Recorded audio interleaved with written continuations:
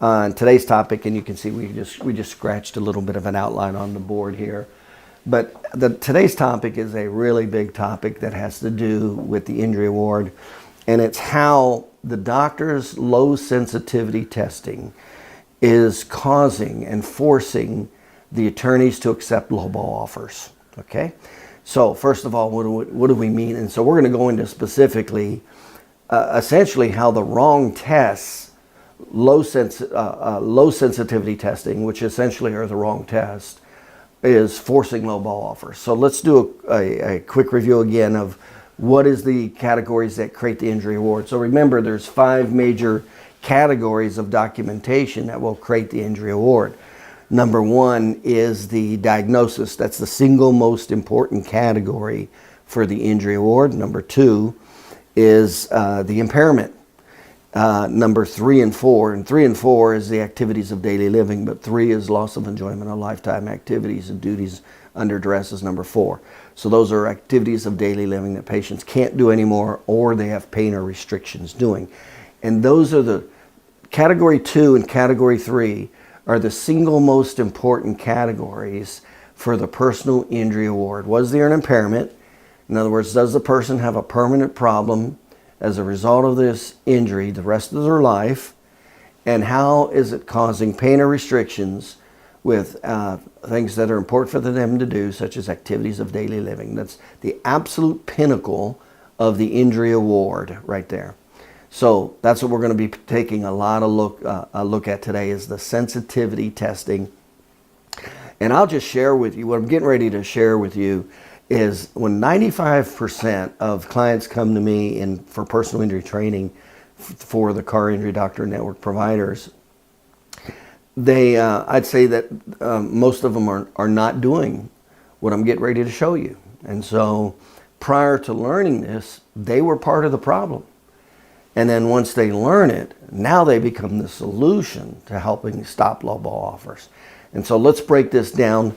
And so we said there's 4 potential injury awards. So when you take those 5 categories, there's 4 potential injury awards if those categories are fulfilled.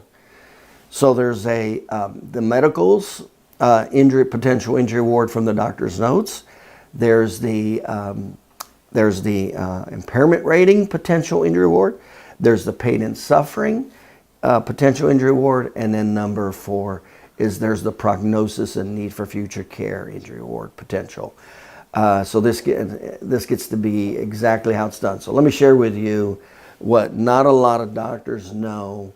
And like I said, 95% of them, when they come to me, they typically are not documenting. And remember, about 5% of the population really deals in personal injury. And of the 5% that come to me, we're finding out about 95% of them are not documenting these categories. In other words, the highest sensitivity categories to fulfill those injury award categories are not being documented. And then, of course, we teach it in.